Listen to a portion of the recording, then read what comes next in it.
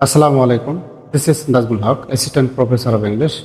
Once again, welcome to Nazmul English Teaching Home. সুপ্রিয় শিক্ষার্থী, আজকের ক্লাসে আমি সিম্পল টু কমপ্লেক্স টু কম্পাউন্ডের দ্বিতীয় রুলস নিয়ে আলোচনা করব। এর পূর্বে আমি সিম্পল কমপ্লেক্সের উপর আরেকটি ক্লাস নিয়ে আসছি। আজকের এই ক্লাসটি হলো দ্বিতীয় ক্লাস। তাহলে আসুন কথা না বাড়িয়ে ক্লাসটা শুরু করা যাক।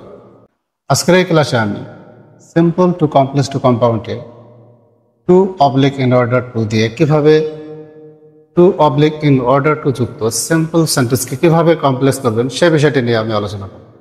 দেখুন, আমরা যখন সিম্পল টু কমপ্লেক্স কম্পাউন্ড করবো তখন কিন্তু আমরা লক্ষ্য করবো টু প্লাস অথবা in order two plus verb আছে কিনা সেদিকে আমি লক্ষ্য করবো। দেখুন, এখানে যদি টু অথবা in order two plus verb থাকে তাহলে আপনি কিভাবে কমপ্লেক্স করবেন। দেখুন, আমি এখানে কিন্তু ডট ডট লিখেছি, অর্থাৎ টুর আগে যে সাবজেক্ট ভার্ব থাকবে কমপ্লেক্স করার সময় কিন্তু ঠিক সাবজেক্ট ভার্বটাই থাকবে। টুর পরিবর্তে এখানে কি আনতে হবে আমাকে, সো দ্যাট, এবং কম্পাউন্ড আনতে হবে অ্যান্ড সো।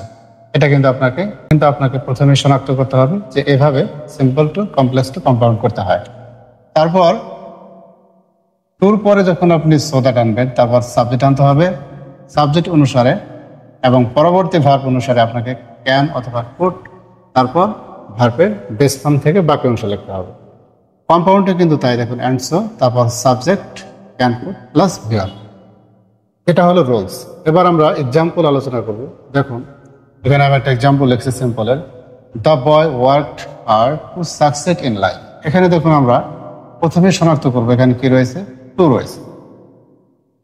যখন টু থাকবে আমরা সিম্পল থেকে কমপ্লেক্স করার সময় টুর পরিবর্তে আমরা কি নিয়ে আসবো, সো দ্যাট। তার আগে কিন্তু যে সাবজেক্ট ভার্ব আছে সেটা লিখতে হবে। দেখুন, দ্য বয়, আমি এখানে কি লিখছি দ্য বয়, তারপর ওয়ার্ক হার্ড, এখানে আমি ওয়ার্ক হার্ড লিখলাম। এবার এই টুর পরিবর্তে কি লিখলাম, সো দ্যাট। এখন কিন্তু এখানে কি লিখতে হবে, সো দ্যাটের পরে একটা সাবজেক্ট লিখতে হবে। সাবজেক্ট আমরা কোথায় পাবো, এদিকে আমরা লক্ষ্য করবো। এখানে যে সাবজেক্টটা রয়েছে, যদি নাউন থাকে নাউনের প্রোনাউন লিখবো। এখানে সাবজেক্ট কি রয়েছে, দ্য বয়, তাহলে আমরা এখানে কি লিখবো, হি। এবার আমরা লক্ষ্য করবো যে টু এর আগের ভার্বটা কোন টেন্সে রয়েছে। যদি ফার্স্ট টেন্স হয় তাহলে এটাও ফার্স্ট টেন্স হবে, তার মানে কুড লিখতে হবে। আমরা এখানে কি লিখবো, কুড। তারপর ভার্ব অ্যাকসেপ্ট ইন লাইফ। দেখুন বাক্যটা কিন্তু কি হয়ে গেল, সিম্পল থেকে কমপ্লেক্স হয়ে গেল। আবার যখন আমরা কম্পাউন্ড করবো তখন কি লিখবো, আবার সাবজেক্ট লিখবো, ভার্ব লিখবো। একটুর পরিবর্তে যেরকম সো দ্যাট লিখেছি আমরা এবার কি লিখবো, এখানে অ্যান্ড সো লিখলাম। তারপর কি লিখবো, সাবজেক্ট, এখানে কি ছিল, দ্য বয়, এখানে লিখবো আমরা হি। এখানে কি লিখবো আমরা, কুড। তারপর ভার্ব অ্যাকসেপ্ট ইন লাইফ। দেখুন, simple to complex to compound সহজে হয়ে গেল। আবার একটু লক্ষ্য করুন, টুর পরিবর্তে সো দ্যাট, তারপর হলো অ্যান্ড সো, তারপর সাবজেক্ট কুড, ভার্ব থেকে বাকি অংশ। কম্পাউন্ডেও অ্যান্ড সো নিয়ে আসবো, সাবজেক্ট প্লাস ভার্ব থেকে বাকি অংশ। এবার আমরা আর একটা এক্সাম্পল ফলো করবো। দেখুন, she শাউটস to get help from others. এখানে আমরা কি লিখবো, প্রথমে সাবজেক্ট, তারপর ভার্ব। এই টুর পরিবর্তে আমরা এখানে কি নিয়ে আসবো, সো দ্যাট। তারপর এখানে দেখুন কি রয়েছে, শি রয়েছে, আমরা এখানে কি লিখলাম, এবার কিন্তু আমরা দেখতে পাচ্ছি এটা কি আছে, প্রেজেন্ট। প্রেজেন্ট থাকলে কিন্তু আমাদের কি লিখতে হবে, তখন সাবজেক্টের পর ক্যান, তারপর ভার্ব থেকে বাকি অংশ। ভার্বটা রয়েছে কি, get help from others. Compound তাহলে কি হবে, দেখুন আবার এই সাবজেক্ট ভার্ব এবং সো দ্যাটের জায়গায় আমরা এবার এখানে কি লিখবো, অ্যান্ড সো লিখবো।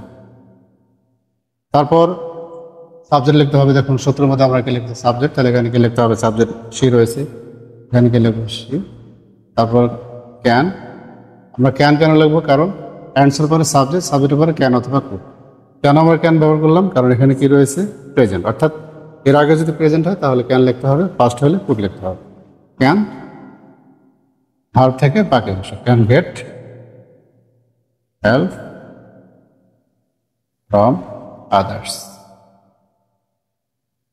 সুপ্রিয় শিক্ষার্থী, যদি এভাবে সিম্পল টু কমপ্লেক্স এবং কম্পাউন্ড যদি আপনারা স্টাডি করেন এবং প্র্যাকটিস করেন, আশা করি আপনাদের এই সিম্পল টু কমপ্লেক্স কম্পাউন্ড আর কখনোই ভুল হবে না। সুপ্রিয় শিক্ষার্থী, ক্লাসটি ভালো লেগে থাকলে লাইক, কমেন্ট, শেয়ার করে পাশে থাকবেন। সবাই ভালো থাকবেন। আসসালামু আলাইকুম।